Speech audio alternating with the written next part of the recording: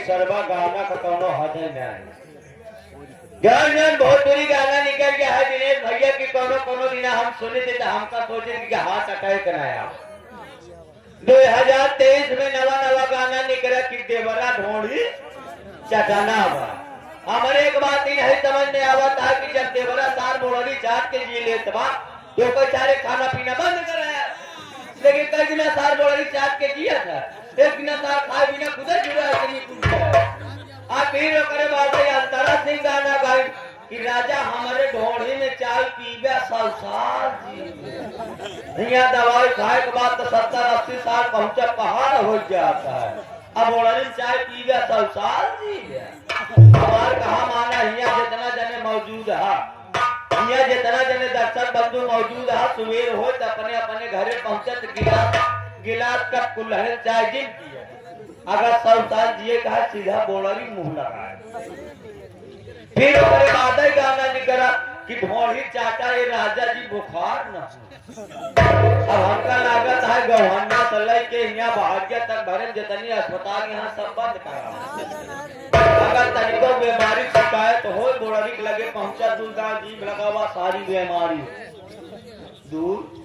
अब फिर ओकरे बाद गाना निकला कि सब ढोढ़ी हमार ढोढ़ी दूध के कटोरी है। अब घरे में गाय भैंस बकरी जियावे के जरूरत नहीं। अगर दूधे के जरूरत पड़े बाल्टी उठावा बोड़े के लगे पहुंचा चाहे जितना दूध डेरी न पाओ। चारों तरफ से आमदनी बात।